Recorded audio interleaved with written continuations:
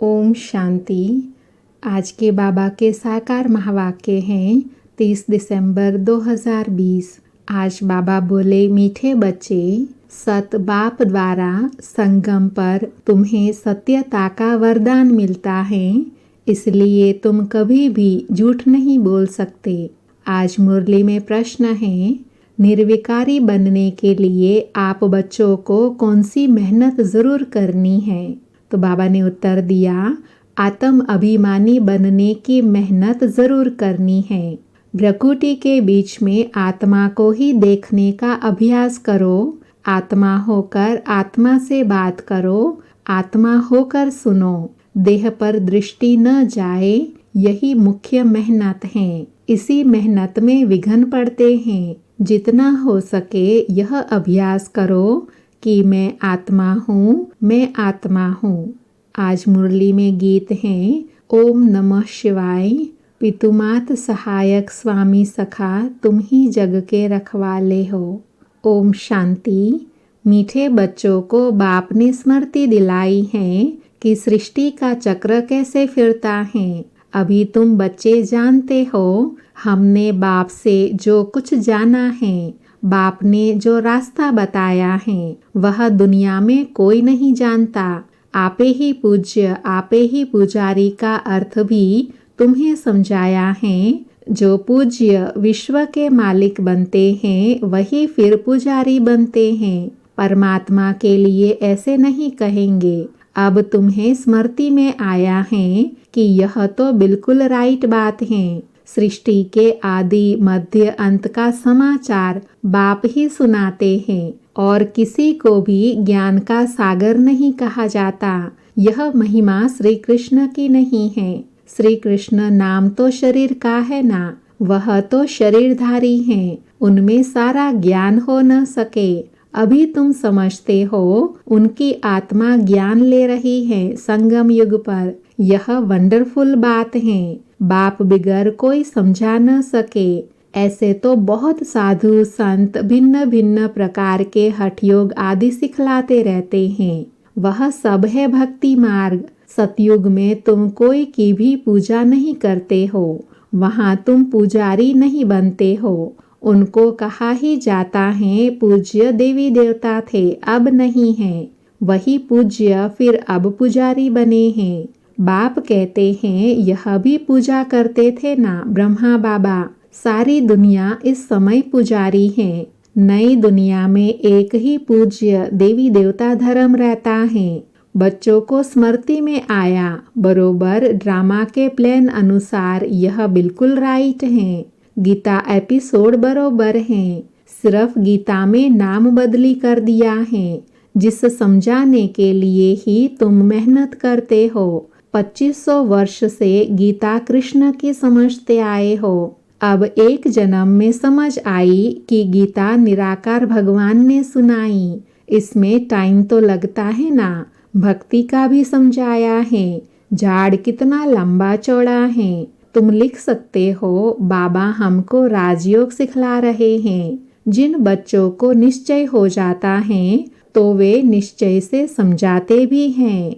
निश्चय नहीं तो खुद भी मूंझते रहते हैं। कैसे समझाए? कोई हंगामा तो नहीं होगा। निडर तो अभी हुए नहीं है ना। निडर तब होंगे जब पूरे देही अभिमानी बन जाए। डरना तो भक्ति मार्ग में होता है। तुम सब हो महावीर। दुनिया में तो कोई नहीं जानते कि माया पर जीत कैसे पहनी जाए। तुम बच्चों को अब स्मृति आई है। आगे भी बाप ने कहा था, मन मना भव। पतित पावन बाप ही आकर समझाते हैं। भल गीता में अक्षर हैं, परंतु ऐसे कोई समझाते नहीं। बाप कहते हैं, बच्चे देही अभिमानी भव। गीता में अक्षर तो है ना, आटे में नमक मिसल। हर एक बात का बाप निश्चय बिठाते हैं। निश्चय बुद्धि विजयंती। तुम अभी बाप से वर्षा ले रहे हो। बाप कहते हैं, गृहस्थ व्यवहार में भी जरूर रहना है। सबको यहाँ आकर बैठने की दरकार नहीं। सर्विस करनी है, सेंटर खोलने हैं। तुम हो सैल्वेशन आर्मी।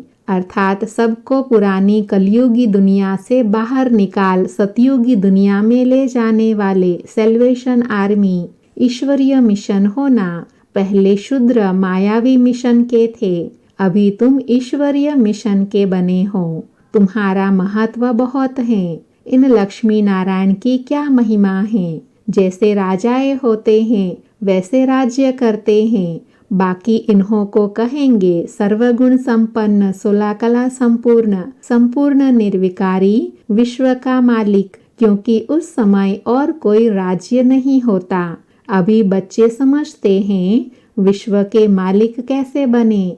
अभी हम 100 देवता बनते हैं तो फिर उन्हों को माथा कैसे झुका सकेंगे। तुम नॉलेजफुल बन गए हो, जिनको नॉलेज नहीं है वह माथा टेकते रहते हैं। तुम सब के ऑक्यूपेशन को अभी जान गए हो। चित्र रॉन्ग कौन से हैं, राइट कौन से हैं, वह भी तुम समझा सकते हो। रावण राज्य का भी तुम समझाते हो। यह रावण राज्य है, इनको आग लग रही है। भंभोर को आग लगती है। भंभोर विश्व को कहा जाता है। अक्षर जो गाए जाते हैं उन पर समझाया जाता है। भक्ति मार्ग में तो अनेक चित्र बनाए हैं। वास्तव में असूल होती है शिव बाबा की पूजा, फिर ब्रह्मा विष्णु शंकर की त्रिमूर्ति जो बनाते हैं वह राइट है। फिर यह लक्ष्मी नारायण, बस त्रिमूर्ति में ब्रह्मा सरस्वती भी आ जाते हैं। भक्ति मार्ग में कितने चित्र बनाते हैं। हनुमान की भी पूजा करते हैं। तुम महावीर बन रहे हो ना। मंदिरों में भी कोई की हाथी पर सवारी, कोई की घोड़े पर सवारी दिखाई है। अब ऐसी सवारी थोड़े ही है। बाबा का भावार्थ है जो सभी देवी देवताओं को अलग अलग सवारी अर्थात वाहन दिखाते हैं, बाबा उनकी बात कर रहे हैं। बाप कहते हैं महारथी, महारथी माना हाथी पर सवार, तो फिर उन्होंने हाथी की सवारी बना दी। यह भी समझाया है कैसे गज को ग्राह खाते हैं। गज अर्थात हाथी और ग्राह अर्थात मगरमच्छ। इसका अलौकिक भावार्थ है गज अर्थात हम मनुष्य आत्माएं बच्चे और ग्राह माना माया। बाप समझाते हैं जो महारथी है कभी कभी उनको भी माया ग्राह हप कर लेती है। तुमको अभी ज्ञान की समझ आई है। अच्छे अच्छे महारथियों को माया खा जाती है। यह है ज्ञान की बातें, इनका वर्णन कोई कर न सके। बाप कहते हैं निर्विकारी बनना है, देवी गुण धारण करने हैं। कल्प कल्प बाप कहते हैं काम महाशत्रु है, इसमें है मेहनत, इस पर तुम विजय पाते हो। प्रजापिता के बने तो भाई बहन हो गए। वास्तव में असल तुम हो आत्माएं। आत्मा आत्मा से बात करती है, आत्मा ही इन कानों से सुनती है। यह याद रखना पड़े। हम आत्मा को सुनते हैं, देह को नहीं। असल में हम आत्माएं भाई भाई हैं, फिर आपस में भाई बहन भी हैं। सुनाना तो आत्मा भाई को होता है। दृष्टि आत्मा तरफ जानी चाहिए। हम भाई को सुनाते हैं, आत्मा भाई सुनते हो। हाँ, मैं आत्मा सुनता हूँ। अब बाबा एग्जाम्पल दे रहे हैं। बीकानेर में एक बच्चा है जो सदैव आत्मा आत्मा कह लिखता है। मेरी आत्मा इस शरीर द्वारा लिख रही है। मुझ आत्मा का यह विचार है। मेरी आत्मा यह कहती है। तो यह आत्म अभिमानी बनना मेहनत की बात है ना। मेरी आत्मा नमस्ते करती है। जैसे बाबा कहते हैं रूहानी बच्चे, तो भ्रकुटी तरफ देखना पड़े। आत्मा ही सुनने वाली है। आत्मा को मैं सुनाता हूँ। तुम्हारी नज़र आत्मा पर पड़नी चाहिए। आत्मा भ्रकुटी के बीच में है। शरीर पर नज़र पड़ने से विघ्न आते हैं। आत्मा से बात करनी है, आत्मा को देखना है। देह अभिमान को छोड़ो। आत्मा जानती है बाप भी यहाँ भ्रकुटी के बीच में बैठा है। उनको हम नमस्ते करते हैं। बुद्धि में यह ज्ञान है, हम आत्मा हैं, आत्मा ही सुनती है। यह ज्ञान आगे नहीं था। यह देह मिली है पार्ट बजाने के लिए। इसलिए देह पर ही नाम रखा जाता है। इस समय तुमको देही अभिमानी बन वापस जाना है अपने घर। यह नाम रखा है पार्ट बजाने। नाम बिगर तो कारोबार चल न सके। वहाँ भी कारोबार तो चलेगी ना सतयुग में, परंतु तुम सतो प्रधान बन जाते हो, इसलिए वहाँ कोई विक्रम नहीं बनेंगे। ऐसा कोई काम ही नहीं करेंगे जो विक्रम बने। माया का राज्य ही नहीं। अब बाप कहते हैं तुम आत्माओं को वापस जाना है। यह तो पुराने शरीर हैं, फिर जाएंगे सतयुग त्रेता में। वहाँ ज्ञान की दरकार ही नहीं। यहाँ तुमको ज्ञान क्यों देते हैं? क्योंकि दुर्गति को पाए हुए हो। कर्म तो वहाँ भी करना है, परंतु वह अकर्म हो जाता है, क्योंकि आत्म अभिमानी स्थिति है। अब बाप कहते हैं हथ कार दे दिल याद दे, अर्थात हर कार्य करते हुए बाप को याद करना है। आत्मा याद बाप को करती है। सतयुग में तुम पावन हो तो सारी कारोबार पावन होती है। तमो प्रधान राज्य में तुम्हारी कारोबार खोटी हो जाती है। खोटी अर्थात झूठी व रॉन्ग हो जाती है। इसलिए तुम तीर्थ यात्रा आदि पर जाते हो। सतयुग में कोई पाप करते नहीं जो तीर्थों आदि पर जाना पड़े। वहाँ तुम जो भी काम करते हो वह सत्य ही करते हो, अर्थात राइट सही कार्य करते हो। सत्यता का वरदान मिल गया संगम पर। विकार की बात ही नहीं। कारोबार में भी झूठ की दरकार नहीं रहती। यहाँ तो लोभ होने के कारण मनुष्य चोरी ठगी करते हैं। वहाँ यह बातें होती नहीं। ड्रामा अनुसार तुम ऐसे फूल बन जाते हो, अर्थात संपूर्ण बन जाते हैं। वह है ही निर्विकारी दुनिया, यह है विकारी दुनिया। सारा खेल बुद्धि में है। इस समय ही पवित्र बनने के लिए मेहनत करनी पड़े। योग बल से तुम विश्व के मालिक बनते हो। योग बल है मुख्य। बाप कहते हैं भक्ति मार्ग के यज्ञ तप आदि से कोई भी मेरे को प्राप्त नहीं कर सकते। सतो प्रधान सतो रजो तमो में जाना ही है। ज्ञान बड़ा सहज और रमणीक है। मेहनत भी है। इस योग की ही महिमा है, जिससे तुमको सतो प्रधान बनना है। तमो प्रधान से सतो प्रधान बनने का रास्ता बाप ही बतलाते हैं। दूसरा कोई यह ज्ञान दे न सके। भले चंद्रमा तक चले जाते हैं, कोई पानी से चले जाते हैं, परंतु वह कोई राजयोग नहीं है। नर से नारायण तो नहीं बन सकते। यह तुम समझते हो। हम आदि सनातन देवी देवता धर्म के थे, जो फिर अब बन रहे हैं। स्मृति आई है। बाप ने कल्प पहले भी यह समझाया था। बाप कहते हैं निश्चय बुद्धि विजयंती। निश्चय नहीं तो वह सुनने आएंगे ही नहीं। निश्चय बुद्धि से फिर संशय बुद्धि भी बन जाते हैं। बहुत अच्छे अच्छे महारथी भी संशय में आ जाते हैं। माया का थोड़ा तूफान आने से देह अभिमान आ जाता है। यह बाप दादा दोनों ही कंबाइंड है ना। शिव बाबा ज्ञान देते हैं फिर चले जाते हैं। वह क्या होता है कौन बताए?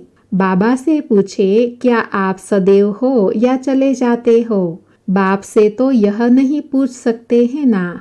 बाप कहते हैं मैं तुमको रास्ता बताता हूँ पतित से पावन होने का।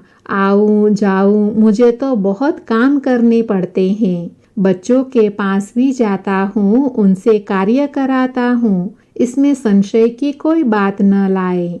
अपना काम है बाप को याद करना। संशय में आने से गिर पड़ते हैं। माया थप्पड़ जोर से मार देती है।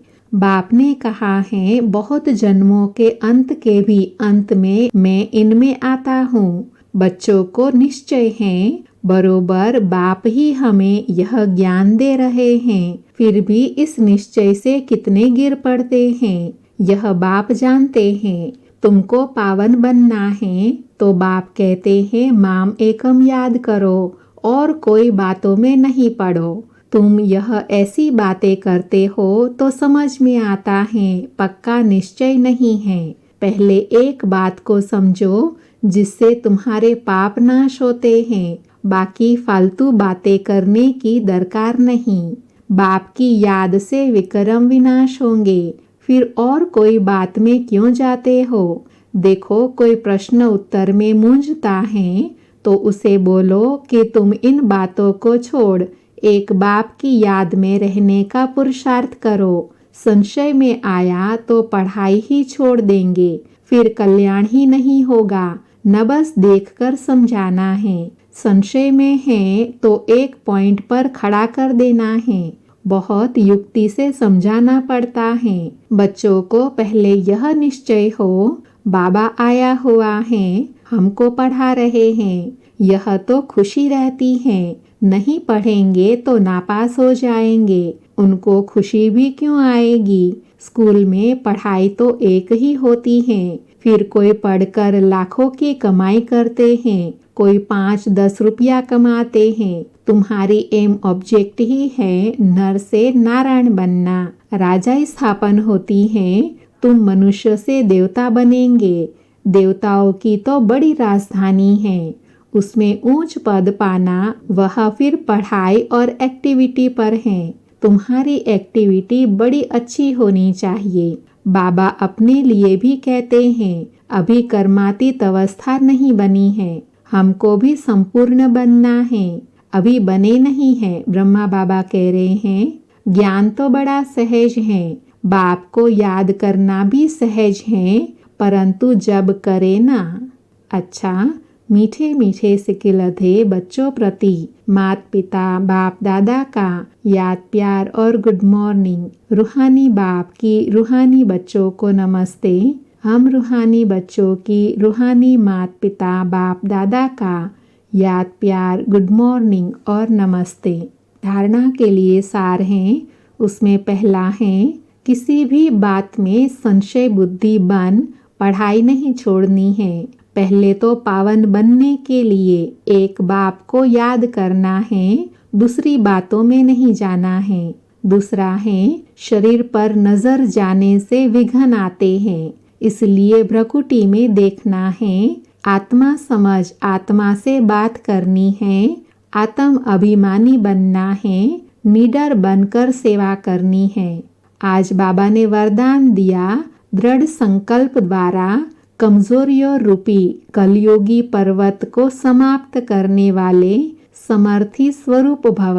वरदान का स्पष्टीकरण है, दिल शिकस्त होना, किसी भी संस्कार व परिस्थिति के वशीभूत होना, व्यक्ति या वैभव के तरफ आकर्षित होना, इन सब कमजोरियों रूपी कलयुगी पर्वत को दृढ़ संकल्प रूपी अंगुली देकर सदा काल के लिए समाप्त करो, अर्थात विजयी बनो। विजयी हमारे गले की माला है, सदा इस स्मृति से समर्थी स्वरूप बनो। यही स्नेह का रिटर्न है, जो साकार बाप ने स्थिति का स्तंभ बनकर दिखाया, ऐसे फॉलो फादर कर सर्व गुणों के स्तंभ बनो। आज का स्लोगन है, साधन सेवाओं के लिए हैं, आराम पसंद बनने के लिए नहीं। साधन सेवाओं के लिए हैं, आराम पसंद बनने के लिए नहीं। आज के महावाक्यों से जो भी कोई विशेष पॉइंट आपको याद हैं, वो कमेंट बॉक्स में ज़रूर लिखें। अच्छा, ओम शांति।